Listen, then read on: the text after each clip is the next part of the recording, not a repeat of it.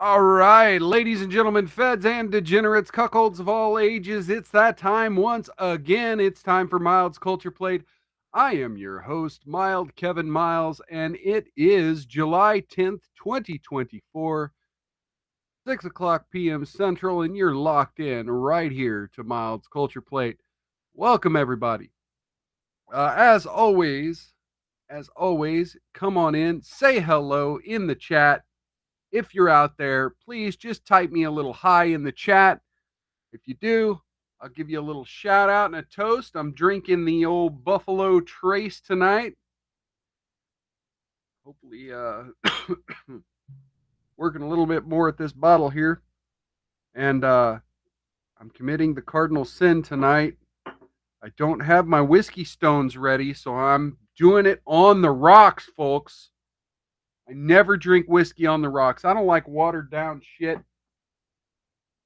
So, but I am doing it on the rocks tonight. Cheers and welcome, everybody. If you're out there, say hello. I'll show your chat on the screen. I've been streaming a lot on StreamYard lately. I've decided to bounce back over to Rumble Studio for the meantime. So feel free to say hello. Check me out on Rumble. Check me out on whatever platform you're watching me on.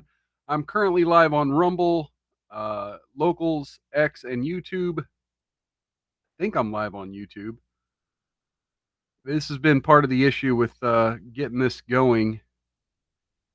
Is I'm not positive. Let me check YouTube Studio real quick.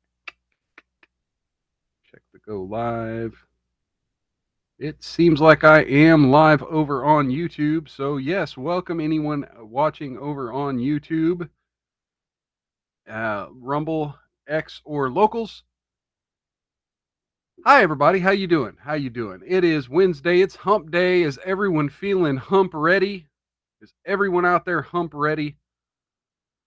Good, because we'll get into the news stories. Obviously, one of the big news stories of the day and why is, oh my God, Windows is just unusable sometimes. Okay, so let's do this. Okay, over on X, we've got the news that the SAVE Act has passed the House today.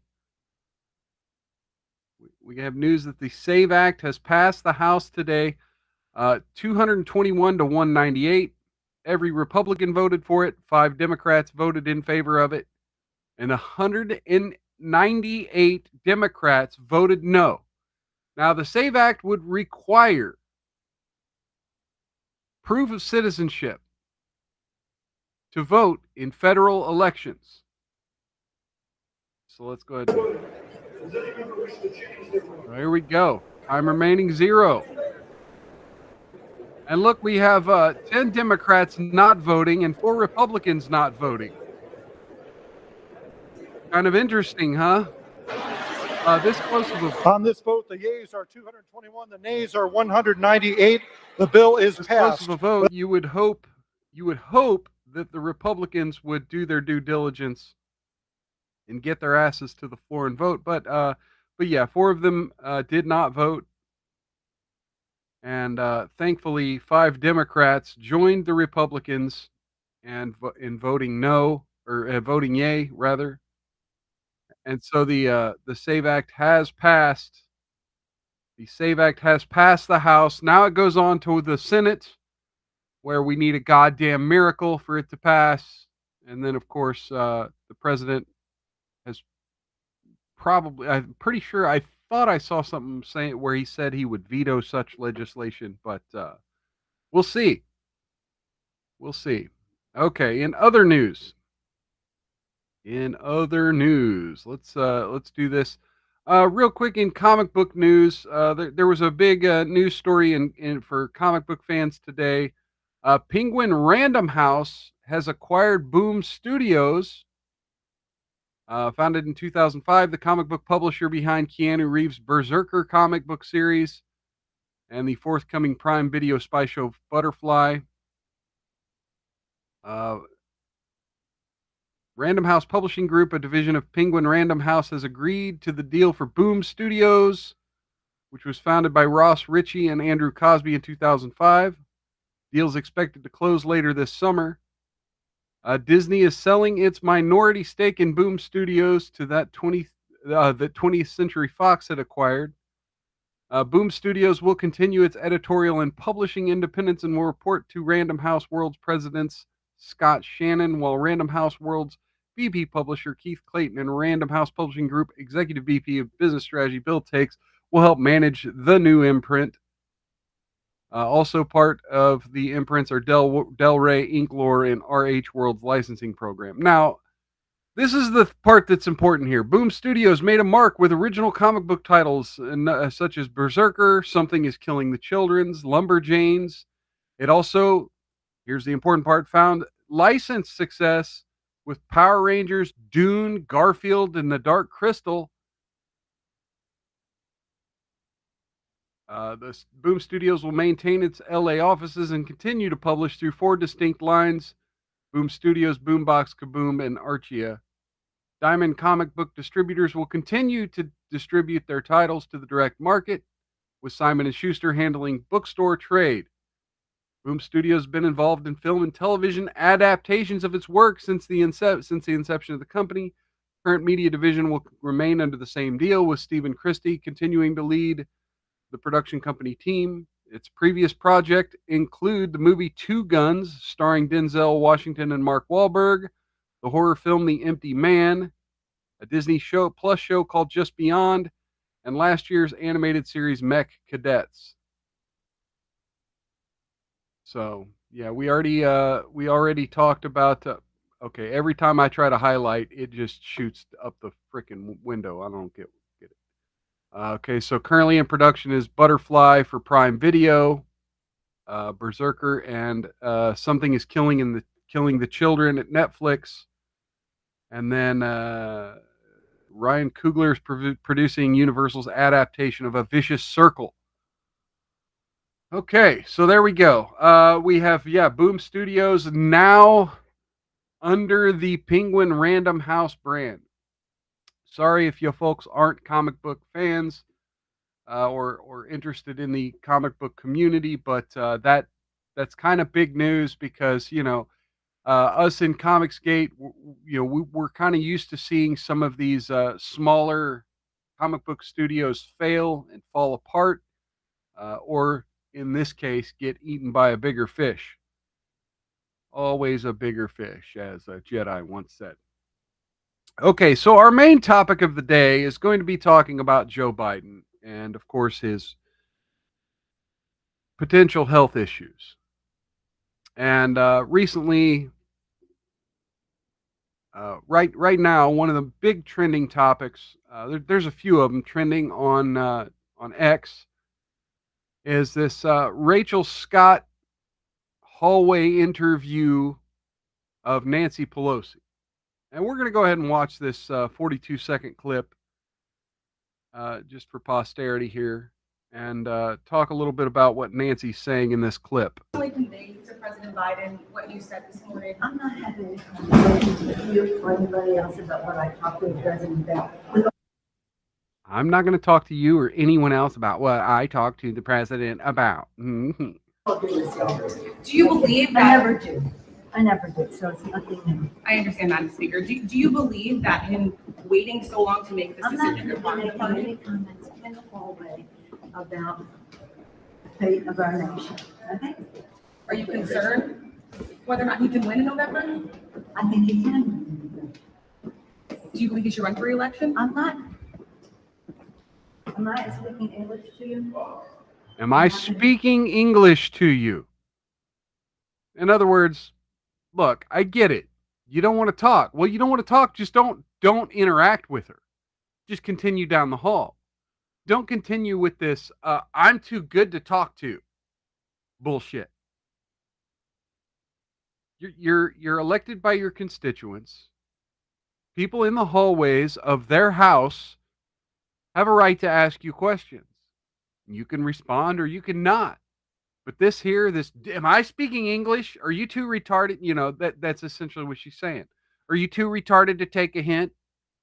making any statements about any of that right now in the hallway.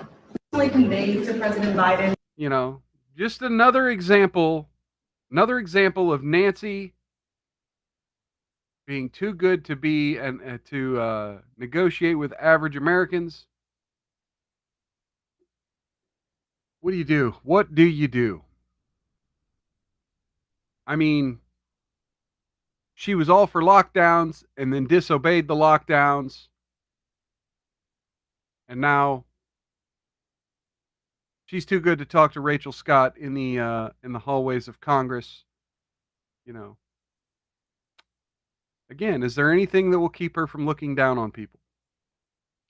All right, let's talk about the Supreme Court for a moment, because we had this come down. We had this that has now come down from our Congresswoman out of New York City.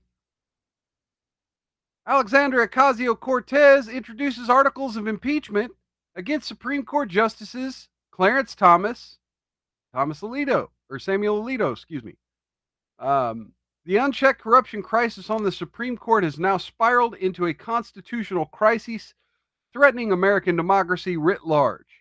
Justices Clarence Thomas and Samuel Alito's pattern of refusal to recuse from consequential matters before the court, in which they hold widely documented financial and personal entanglements, constitutes a grave threat to American rule of law, the integrity of democracy, and one of the clearest cases for which tool of impeachment was designed.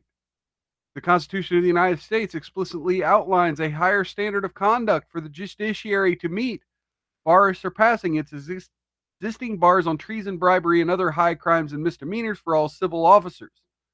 The standard of good behavior. Judicial ethics and rules to which even the lowest level judges are held make those standards clear. The lifetime appointments of the Supreme Court justices make enforcement of these standards a solemn responsibility for the protection of our democracy, says the Congresswoman. Now, that's a bunch of fucking word salad, right? The Constitution outlines a higher standard of conduct for the judiciary to meet, and then she says it's good behavior.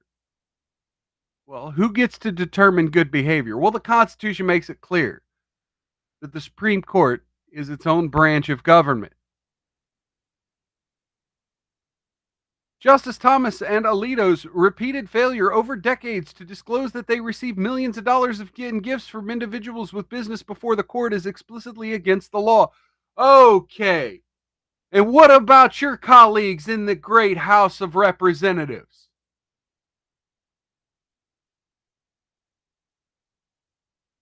What are they not disclosing? Their refusal to recuse from the specific matters and cases before the court in which their benefactors and spouses are implicated represents nothing less than a constitutional crisis. Okay. Well, can we play this game with congressmen?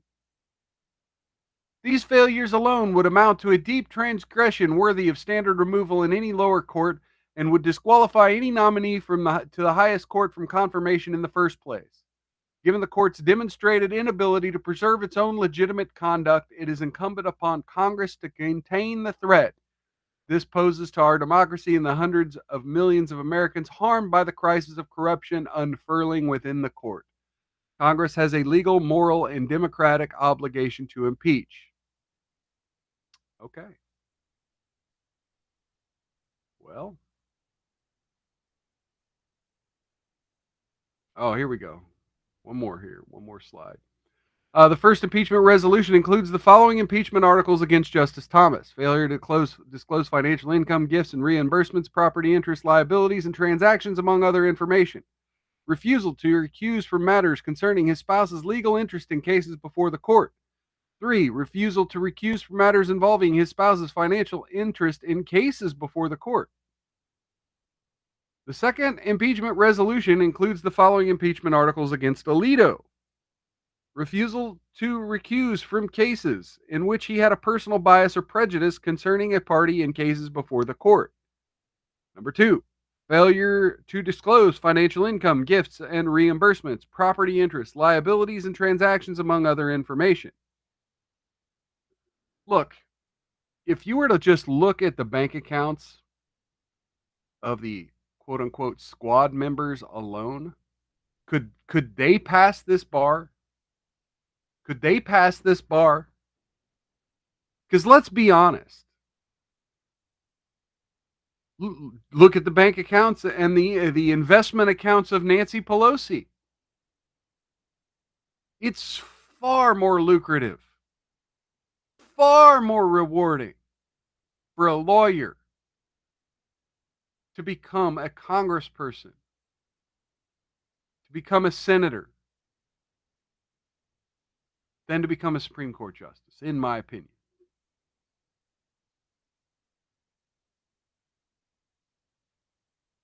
Don't believe me?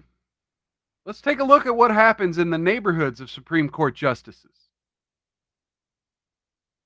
Attempted carjacker shot outside top U.S. judge's home. A deputy U.S. Marshal shot a would-be carjacker while he was guarding Supreme Court Justice Sonia Sotomayor's home in Washington, D.C., authorities said. The man was shot after approaching the car the officer was sitting in and tapping the window with a gun. The deputy fired several times, hitting the suspect in the mouth. A second deputy also opened fire but did not hit the man, police said. Justice Sotomayor's home is not believed to have been deliberately targeted. The suspected carjacker, named in charging documents as Kentrell Flowers, clearly a white guy, 18 years old, get him going young, is being treated in the hospital and faces carjacking and firearms charges. Oh, unfortunately, the bullet didn't do its job. It just stopped him. The two deputies, oh, great, that's probably going to get me banned on YouTube. My bad. No, I just mean the bullet. Yeah, anyway. The two deputies have not been identified. Court documents said Mr. Flowers had emerged from a silver minivan, which had been stolen earlier in the evening, and approached the officer's car. Court documents said the two officers were wearing U.S. Marshals branded polo shirts and T-shirts during the incident. The teenage suspect was charged with armed carjacking, carrying a pistol without a license, and possession of a large capacity magazines. Magazines with over 10 rounds capacity are illegal in Washington, D.C. Oh, wow, imagine that. Imagine that. Somebody was carrying illegally in Washington, D.C.? No, I was under the impression if you made such things illegal, then people would not have them.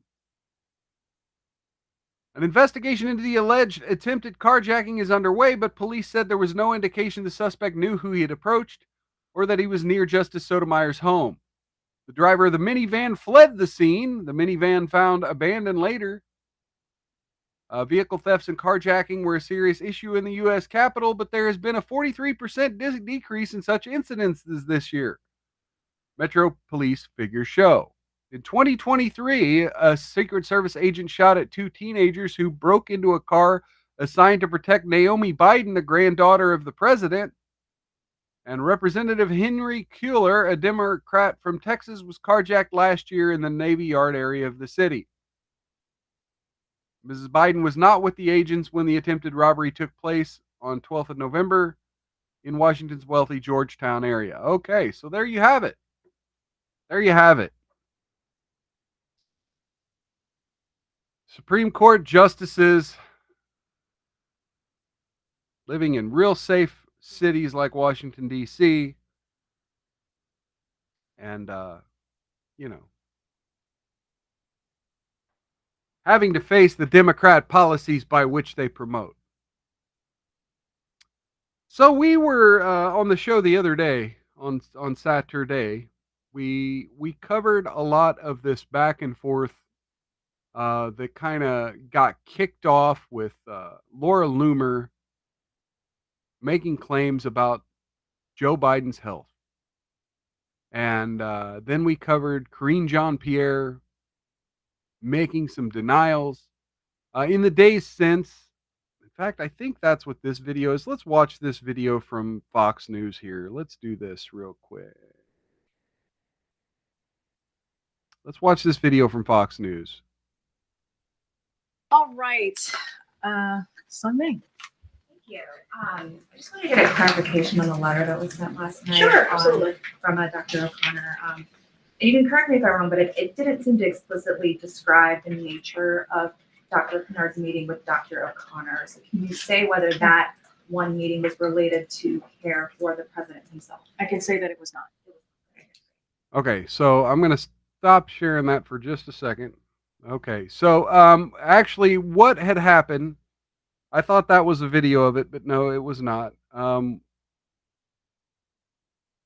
What had happened? Oh my God. She was also asked in another video. I don't have that video handy, but we're going to cover it. Trust me. She was asked basically that question. She said, "No, the neurologists coming to the White House was not for Joe Biden." There was some alluding to, well, there are members of the military who come to the White House for medical treatment. And so then it's like, well, but wait a minute. Why would a Parkinson's and Alzheimer's doctor be seeing active duty military? Because you have to be fit for duty, right? I mean, one would also assume that the president of the United States should be fit for duty, but someone with Alzheimer's and Parkinson's concerns, you know, that's something else, man. Well, anyway, so now the record has been corrected. So from Fox News, the White House corrects the record on Biden's physician and Parkinson's expert meeting and says it was for the president's care. The White House confirms Dr. O'Connor and Kevin Kennard meeting on January 17th was for Biden's neurological exam. The White House is playing cleanup after Press Secretary Karine Jean-Pierre told reporters Tuesday that a meeting between O'Connor and Kennard, a neurological and Parkinson's disease expert, was not related to care for President Biden. The White House now says the January 17th meeting between O'Connor and Kennard at the White House was for a neurological exam of Biden, the results of which were later reported as part of his annual physical exam more than a month later. O'Connor reported that the results on February 28th, stating that an extremely detailed neurological exam did not show Biden had signs of Parkinson's or any cerebellar or other central neurological disorder. At Tuesday's White House press briefing, a reporter for the Associated Press asked for clarification on a letter sent Monday night by O'Connor. It didn't seem to explicitly describe the nature of Kennard's meeting with O'Connor. So can you say whether that one meeting was related to care for the president himself? And then she said, I can say it was not. That's the video we just watched. Karine Jean-Pierre insisted that she had already confirmed behind the lectern that 3 meetings occurred and that the doctor was a neurologist, though not Kennard's name until O'Connor released it Monday. Karine Jean-Pierre said she needed permission from Kennard and also from the president before putting that information out. Yeah, she did seem like she was dodging the question for potentially HIPAA violating reasons.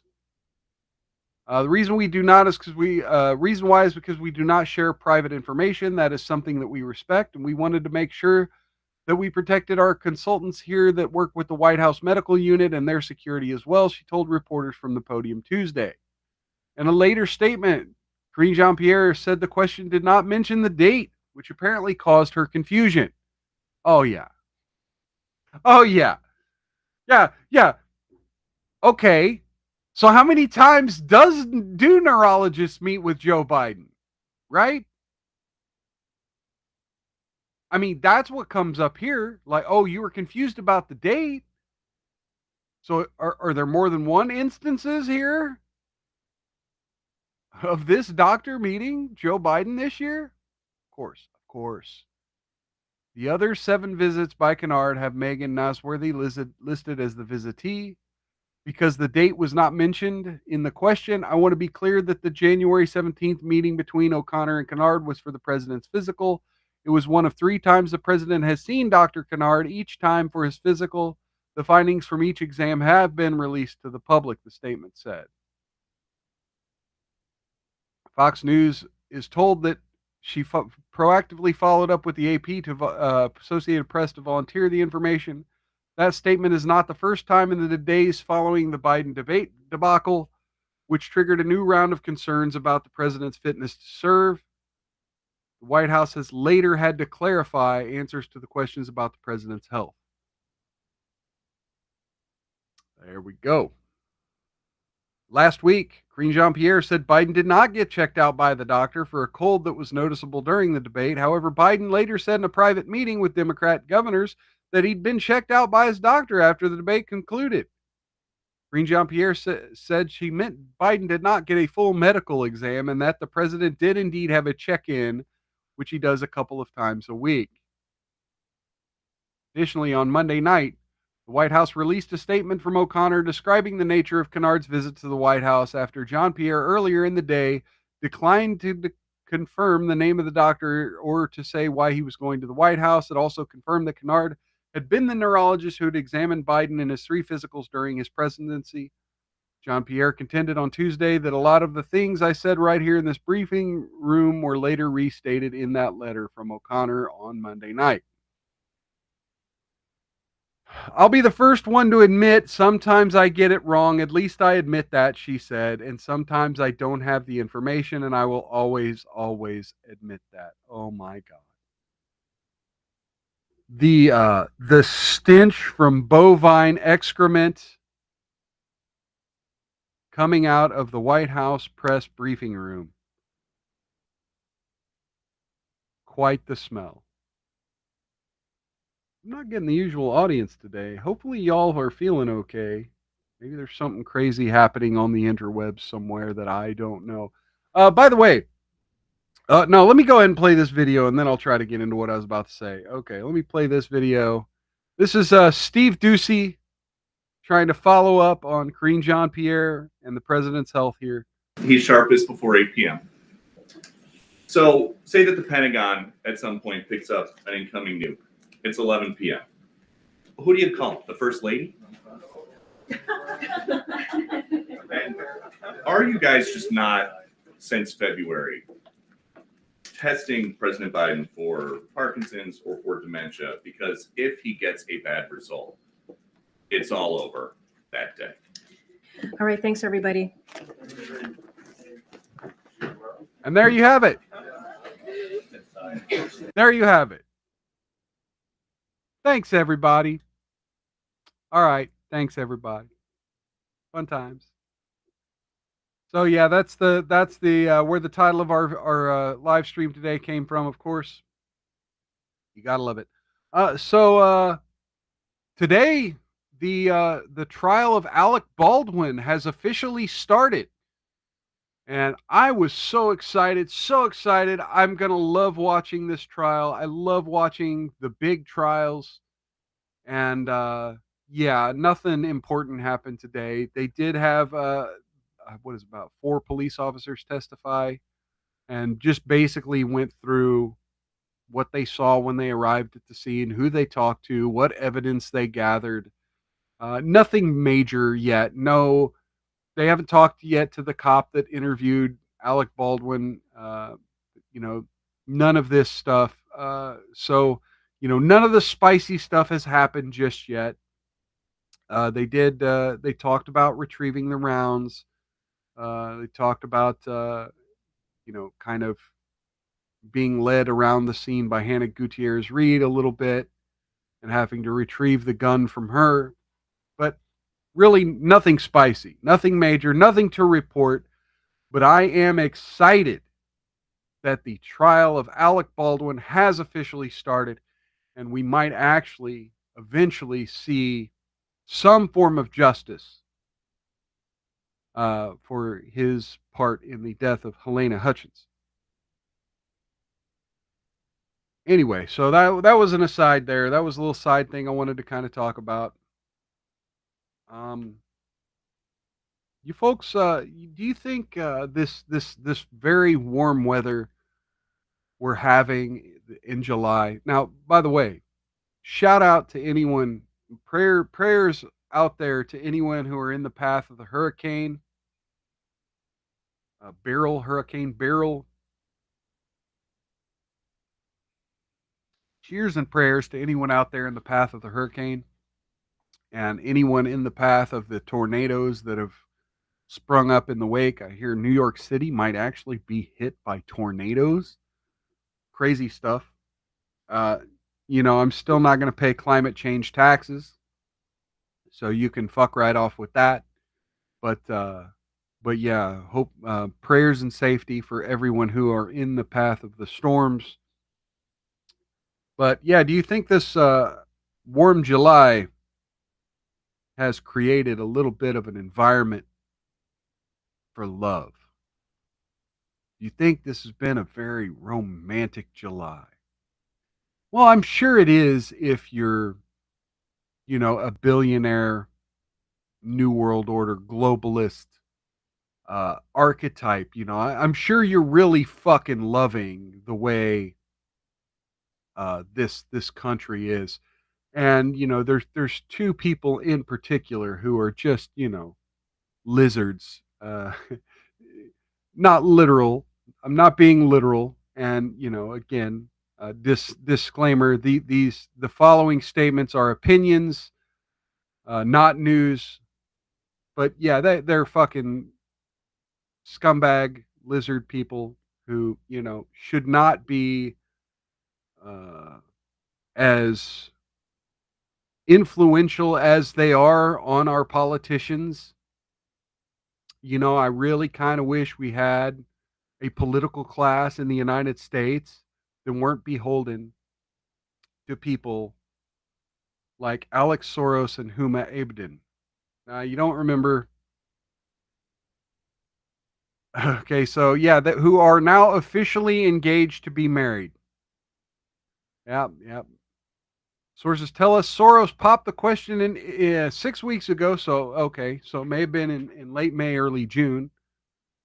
And the couple were celebrating the happy news in Italy. The best way I can describe the relationship is effortless. A friend of Abedin's for over 15 years so tells Page 6. After a lot of tumultuous years for Huma, she's relaxed, happy, and in love, the insider added. Oh, look at the photo. Oh, you know, kind of wish he was on his knees for a different reason. The Democratic political insider and son of billionaire Democrat donor George Soros were first linked earlier this year when the duo posted a cozy pic from a Paris restaurant for Valentine's Day. The author confirmed she was dating Soros with the sweet pic and the message, Happy Valentine's Day.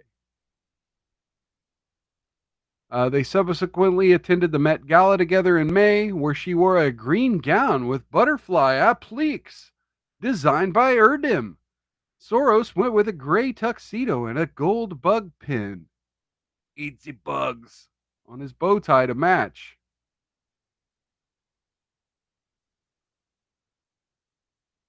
Hillary Clinton's former deputy chief of staff has also been seen leaving her now fiance's apartment in downtown New York.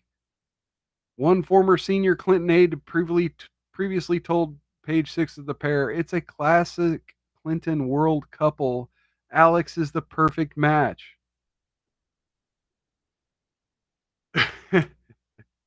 Abedin has been long considered a second daughter to Hillary, and Alex's dad, who made his money in hedge funds and is worth $6.7 billion, was one of the top 10 donors to Hillary's presidential run in 2016, contributing more than $9.5 million to her campaign. We hear that the engaged couple, who met through a mutual friend who was dating one of Alex's cousins, have been recently traveling together, and Abedin was appearing in the Balkans for a talk. Okay. They'd previously gone to Munich, same time as the Munich Security Conference. Mostly kept in low profile, were spotted at a Knicks playoff game. Hey, we got Sanglan86 over in the chat on Rumble. Cheers and welcome, brother. Where's the wiener out pool? Yes. Huma Abedin's ex-husband, Anthony Weiner. Here we go. Yep. Certainly a happy ending for Abedin, who has a son with her ex, disgraced former Congressman Anthony Weiner, who famously, before their divorce, was caught sharing nude photos of himself on the internets. All right. So, in other viral videos, look, before I do move on, let me just say, I find it disgusting. Look, I try to think of happy news. I recently had a friend of my family get married, and cheers to that happy couple. Weddings are joyous occasions, and I don't wish joyous occasions on people who are trying to control the fucking world. So yeah, fuck you, George Soros. Fuck your son, and fuck Anthony Weiner's ex-wife. Y'all, fuck y'all. Anyway, that's all I have to say about that. All right. So yeah, we had a guy. Let's see, where was this at? Philadelphia. A guy in Philadelphia ejaculated on a woman's leg in a dollar store. Look, he fucking nutted on my fucking leg. You go to hell, bitch. Oh my god. He nutted on my leg. He nutted on my leg. Okay. Look, he. Yeah. I would definitely get checked.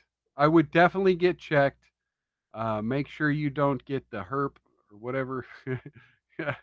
Whatever bodily fluids can transfer, I would make sure that none of that shit is on your leg. Insanity.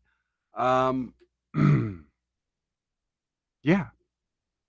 Fun times. All right, let's move on. Let's do this. Where is media? Let's do the gender crazy of the week. I usually do this at the end of the show, but to be honest, this might be the end of the show. I don't have a whole lot left here, folks. I dug, and yeah, this is what I found. The news scrapings were, the cupboard was bare, so to speak.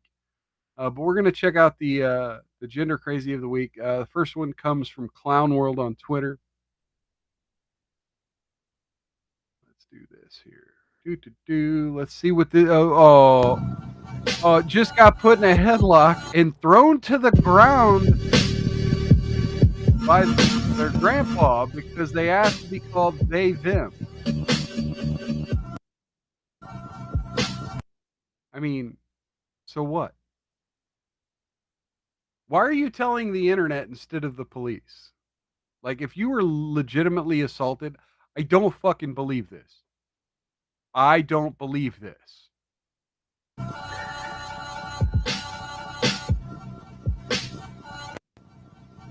Why would you go to the internet instead of the police? Is clout more important than your safety?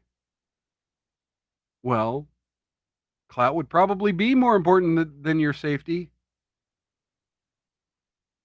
Oh, yeah. Sanglant 86, yeah, DNA, get it before it hurts a kid. Yeah, the guy who ejaculated. Yeah, you got his DNA right there. Holy shit.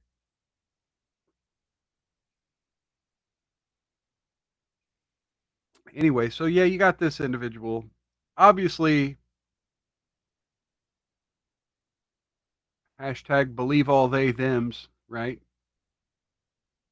They thems facing the abuse. All right, now I want you to look at this picture real quick. Before I hit play, I want you to look at this. Oh, okay, here, hang on. Let me get rid of my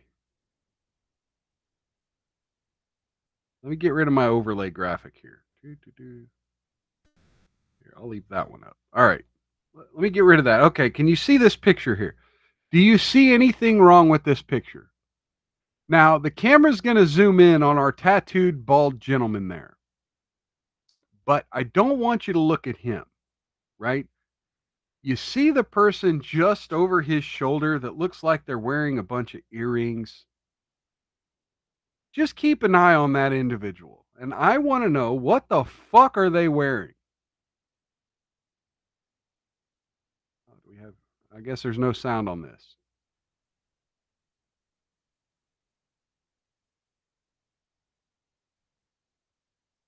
What gender is this, first of all? What gender would you call this? And look, this right here, do you see this? This piercing's going into the fucking cheek or fake face.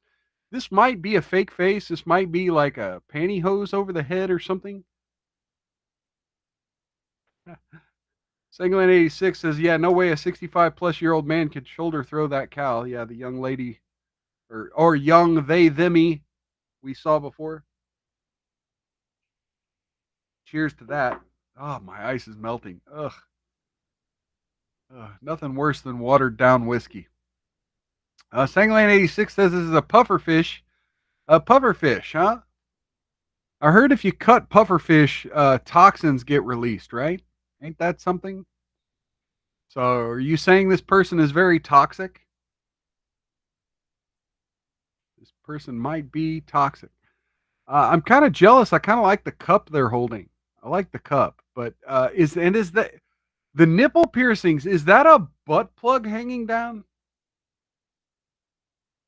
Is that a butt plug right there? Insanity.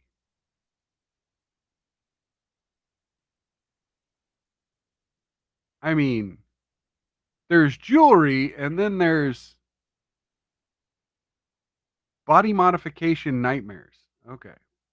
So again, gender crazy of the week. I don't even know what gender that person is, but they are definitely crazy. All right, the next one, thanks to Libs of TikTok. This looks like an older video, but anyway, it's going viral yet again. It's being shared by people other than Libs of TikTok, and then back to Libs of TikTok and back and forth. And so we'll go ahead and watch this video. Curious about the draw of using it and its. I've heard people say it's dehumanizing, but I'd appreciate the opinion of someone who uses those pronouns. So I'm glad you asked. For me, a big part of the appeal of using its pronouns is the fact that they're dehumanizing.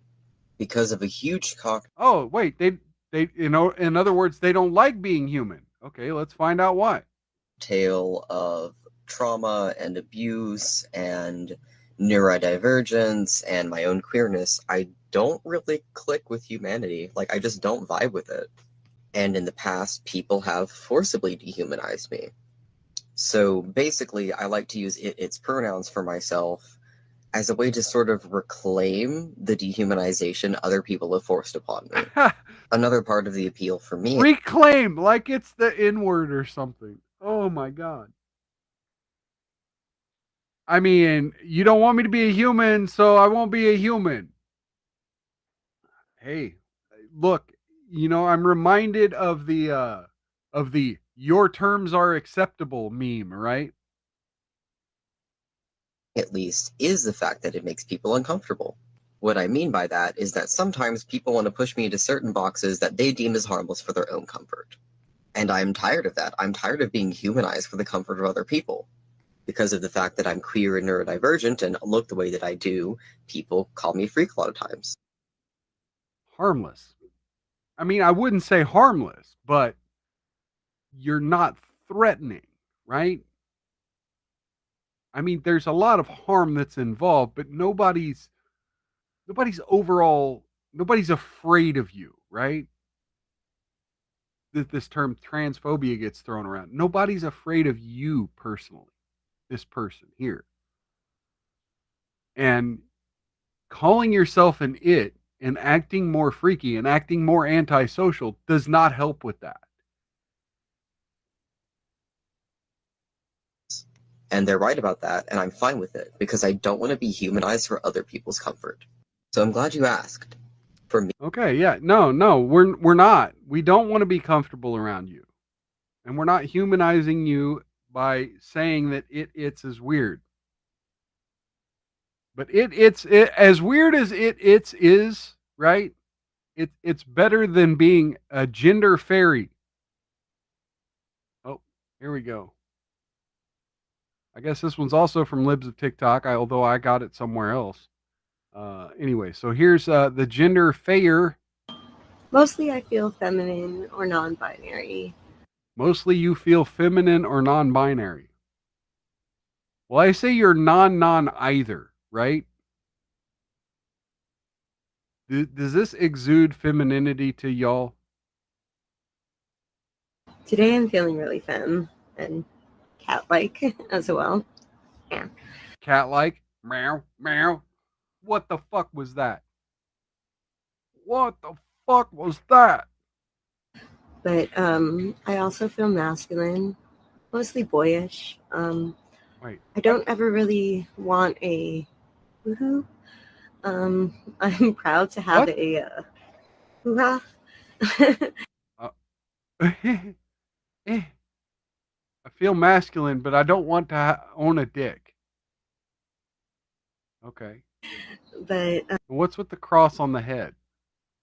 That's creepy. That's more threatening than the last individual. I also, sometimes What? want to take these guys off. Oh, okay. Yeah. Cut the breasts off. But other times I'm happy to have them. I love to play with them. I love them. Other days I want to tape them down. I'm running out of time. What? But yeah, I go through stages. It of sounds like you're a feeling confused individual that feminine, needs non-binary, to go to the gym. and sometimes boyish. So that's mostly. Okay, I feel so when you're feminine. feeling boyish, go to the fucking gym. Like seriously. Like I'm not trying to make a comment about Faye Fair's weight here. I'm not trying to make a comment about their weight, although I could. But I'm not. I'm not trying to make a comment about their weight. I'm seriously saying, look, if you've got that masculine energy pent up, right? And you're not feeling especially girly that day, go fucking lift. Get some oxytocin in that brain of yours and start to just see how it affects your mood, see how it affects your attitude, see how it affects your feelings about your gender. Just try it. Just try it. Just once. All right, Pixie Dustria, we're done with you. Okay, what else do we have? We have one more Gender Crazy of the Week segment. This one thanks to Dudley Newright on Twitter. Oh, and again, I shared the wrong tab again. Here we go. Dudley Newright. Okay, so if anyone's feeling like sending your kids to camp, remember Brave Trails here on TikTok. Brave Trails here on TikTok. Remember this person if you're wanting to send your kids to camp. I work at Camp Brave Trails. Of course, I'm in full Frankenfurter drag since 7 a.m. I work at Camp. Frankenfurter what? Frankenfurter drag since 7 a.m. Is that supposed to be? Is that 7 a.m. I work at Camp Brave Trails. Of course, I have ducks in my pockets. ducks in your pockets? What is ducks something? This person's wearing a smock with ducks all over it, or some kind of button-up shirt, and ducks in their pocket. Is ducks now some kind of LGBTQ thing? I work at Camp Brave Trails. Of course I feel safe to embrace my autism. That joke just makes itself. I'm not even going to comment. I work at Camp Brave Trails. Of course I'm decked out in rainbow all the time. Well, yeah. Obviously. Look at you. Just look at... Never mind. Don't look at you. Gross. We do the photos and videos at Brave Trails. Of course I'm filming this in selfie mode. Wait, what? What does this have to do with your LGBTQ camp? What does selfie mode... I work at Camp Brave Trails. Of course I keep Band-Aids in my fanny pack at all times. Band-Aids in the fanny pack. Is this some kind of alluding to folks that might injure themselves? I'll just hold that joke in my pocket. Thank you, YouTube. Work at Camp Brave Trails. Of course I know how to facilitate a group circle. Yeah, I'm really sorry. Facilitate a group circle. Again, are these things code for something gay people do? Facilitate a group circle. Is that like a circle J, right? Are we are we are we are we are we right? Are we doing that in the circle with kids? I hope not. I work at Camp Brave Trails. Of course, I flew 5,500 miles just to come to camp. I work at Camp Brave Trails. Of course, I can be my most authentic self here. Oh God. Oh God. Yeah, Sangland. Get the boulders. Get the boulders. Cheers to that. Oh, my watered down whiskey. Please pour one out for me, man. I tried to give you folks an hour's worth of content, and I failed. I failed you. And I'm sorry. Master Wayne, I failed you. Yeah, I tried to get over an hour's worth of content, and I have failed. I really have failed at that. So yeah, my apologies. I mean, I could talk a little bit about what I've got going on comic book wise. So I'm in the middle of reading these two big omnibuses here. I've got the Batman Adventures omnibus, and I got the Nightwing Compendium here. I'm like almost done with both of them, and I'll probably be reviewing them both on a stream in the near future. But for now, like that's what I'm slogging my way through those. I've got some new purchases over here. I've got Batman Scarface, a psychodrama by Grant.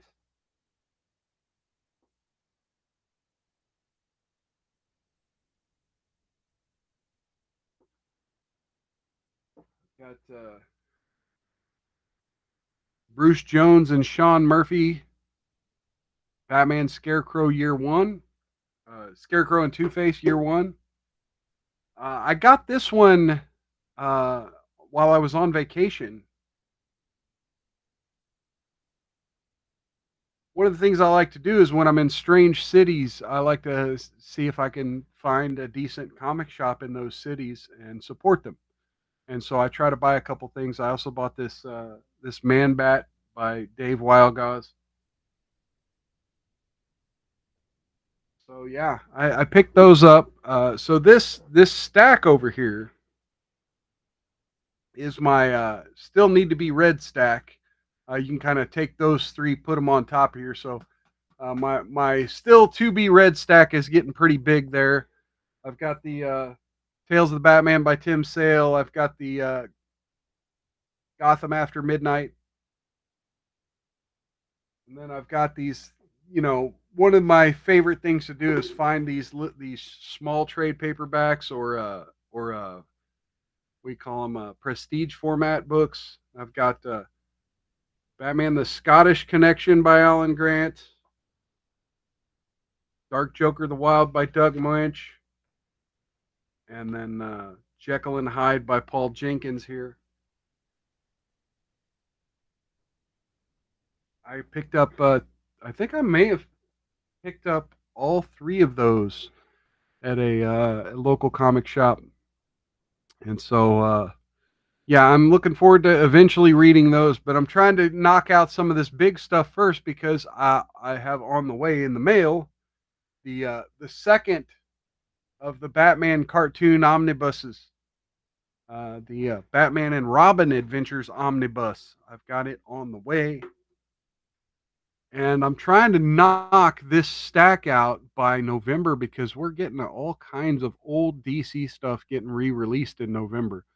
In fact, let me go ahead and just give a shout out. Now, look, I in no way want to advertise for DC Comics, but we're getting finally getting a reprint of The Cult. Batman the Cult. We're getting all 3 volumes of Elseworlds Batman getting reprinted. We're getting the DC versus Marvel omnibus and amalgam omnibuses. Um, we're getting 0 hour, like an expanded 0 hour part 1. And okay, so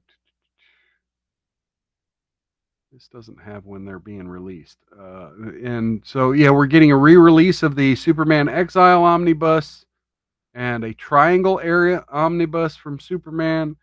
And so, yeah, I'm going to be having all these dang omnibuses. And, if you've been following this channel at all, you know that I hate omnibus comics. I'd rather be buying them in trade paperback. But again, this old stuff is just not being released in smaller formats. So if I ever want to read this stuff, I've got to buy it in the fat books. The fat books. I don't like omnibuses for 2 reasons. One, the free library apps like Hoopla and what's the other one? Oh my God, I'm having a brain fart. The free library apps don't tend to get those. And so one of the things I like to do is buy a book, put it on the shelf, and read it digitally. And so I'll read it on the library app while preserving the book on my bookshelf, especially these fat books. I can't take them around town, read them over coffee or read them, on my downtime at work or on my lunch break at work, because these books get tore up that way. I'd rather just take my tablet. And so that's sort of one of the reasons I hate omnibuses. And then, that's the other reason I hate omnibuses is you got this big fat ass book that you've got to lug around with you to read if you want to read it anywhere but home. So yeah, those are the 2 reasons that, they're not mobile. And so I got to find time here at home to just shut everything else off, shut the internet, get off of X, go find a quiet room with good lighting, right, where I can read, just sit and read. And it's not always the case. A little harder to do. Anyway, folks, yeah, that's pretty much going to be the show for today. I'm sorry. I tried. I thought I had an hour's worth of content, but they just don't make news stories like they used to, folks. Oh man. So what do you think? Do you folks think Joe Biden? Oh hey, wait, what? Oh, sorry, I missed some chats from Sanglant. Sanglant said, "Who died at Marvel?" What?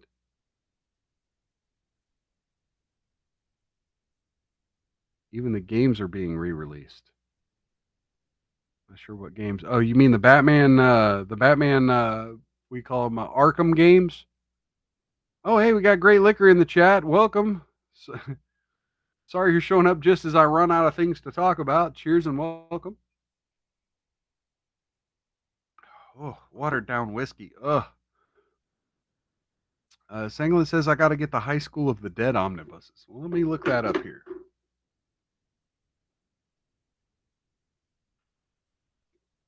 Again, manga. It's manga.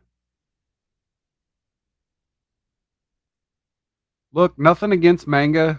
It's just it's not as much for me. The reading it backwards stuff really can get annoying. I don't know if High School of the Dead does that, but I don't know about all that. Sangland says Capcom said the Marvel fighting games were impossible to re-release. Huh. Well, look. There are people that would move heaven and earth to make things like that happen if they thought it would be profitable. Instead, I think they've realized that like Disney and LucasArts have their own game studios, right? And that they would never be on board. Because they could essentially farm out licensing of other characters and do it themselves and reap all the profits. Yeah, Sanglant. Yeah, manga's right to left. That's just it confuses me. It really does. I know it makes me sound like I'm stupid, too stupid to just figure it out and just stick with it. But no, it really after spending 30 years of my life reading Western Batman comics, it really would jar me. And maybe I am that stupid, but I don't know. Oh, fuck. Look, I see other Batman fans on the internet who are really hyped about the second Batman movie, the Penguin Show, this upcoming Batman cartoon, and this new James Gunn DC Universe reboot with just god awful costumes. And I'm like, I cannot get hyped about anything new DC's putting out. But I am so glad that they are re releasing all this old stuff that I missed when I was younger. And I'm gonna just keep reading old Batman and Superman uh, until I finally kick the bucket. I think that's the thing is I don't this is probably the newest thing I've bought in over 2 years. That's just the way it is. And I probably could do with a new franchise to dip into. I kind of thought Vampirella was going to be it until they started turning Dracula into its own AIDS thing. I don't know. Folks, yeah, now I'm just rambling. And it's now after 7 p.m. Central, so I'm gonna go ahead and tap out. Right, I'm gonna let you folks have your evening. Please do me a favor, click that thumbs up button. It really helps with the algorithm. If you're new here, click that follow button, as somebody apparently did, because that was the notification I just got on my phone. So somebody has followed. Please, if you're new here, please follow. Awesome, awesome. Thank you. Also, watch a second video. Watch something a little older. I got some neat stuff back there. I love my boy band rant. Love some of the content I've made about the Killdozer or Unabomber. Some interesting shows back in the day. Please check out some of my other content if you're new here. That helps out in the algorithm, and also sharing this off platform.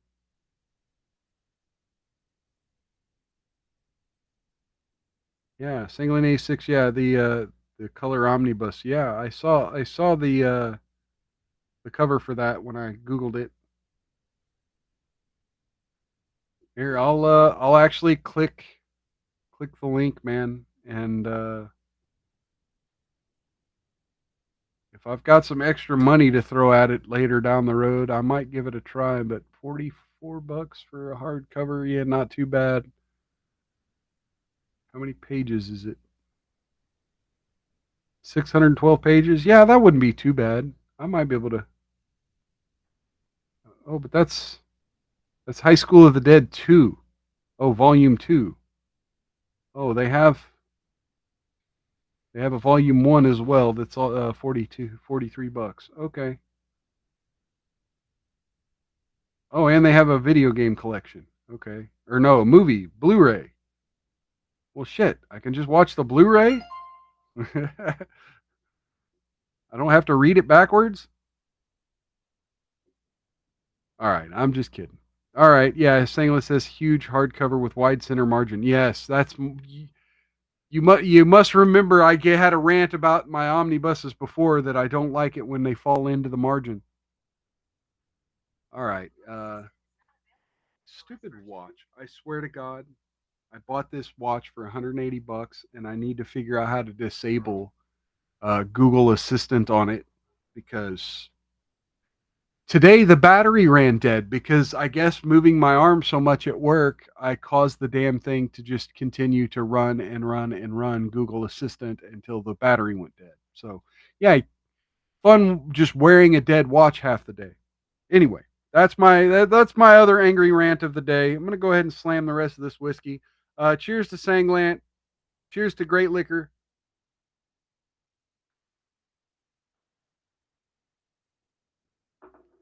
Folks, yeah, please click that like button. Follow me on other social media down in the description. I'll be here, same bat time, same bat channel this Saturday, 6 p.m. Central for Mild's Culture Plate Saturday edition. We'll be doing Love Does Admonish and all the other good stuff. Be checking out the viral news of the day. And yeah, I hope to see you here. Come in the chat, say hello, get your toast, join the conversation, so to speak. I will see you all then. Until then, take care of yourselves and each other. Outlast those haters. Don't get any on you. And if you do, rub that shit in real good. I'll catch you next time on Mild's Culture Plate. Until then, have a happy hump day, everybody. Good night.